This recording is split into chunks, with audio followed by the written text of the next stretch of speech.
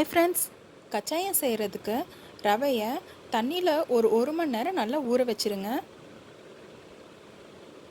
சர்க்கரையை மிக்சியில் போட்டு பவுடர் பண்ணிக்கோங்க. இப்போது ரவை நல்லா ஊறிடுச்சு. ரவையில் இருக்கிற எக்ஸ்ட்ரா தண்ணியை வடிகட்டிடுங்க.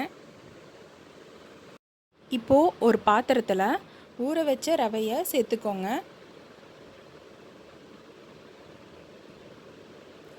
இப்போது மைதா மாவு ஆட் பண்ணிக்கலாம்.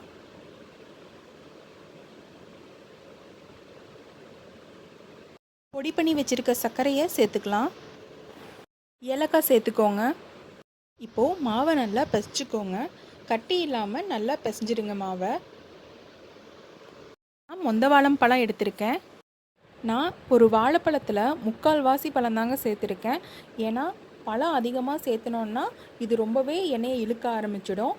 இப்போது சோடா உப்பு சேர்த்துக்கலாம். சேர்த்து நல்லா மாவை பிசைஞ்சு விட்டுருங்க. இதுக்கு நீங்கள் தண்ணியே சேர்க்க தேவையில்லை. சர்க்கரையே நல்லா தண்ணி விட்டு வரும். இப்போது எண்ணெய் நல்லா காஞ்சதும் ஒரு குழிக்கரண்டியால் மாவை ஊற்றிக்கோங்க. இந்த பலகாரம் அன்னைக்கு செஞ்சே சாப்பிட்றதை விட அடுத்த நாள் சாப்பிடும்போது இன்னுமே நல்லா டேஸ்ட்டாக இருக்குங்க.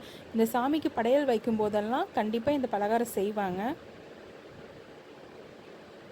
நல்லா அது மேலே உப்பி வந்ததும் திருப்பி போட்டுருங்க. இது நல்ல ஒரு கோல்டன் ப்ரௌன் ஆகிற வரைக்கும் நல்லா வேக விட்டு எடுங்க.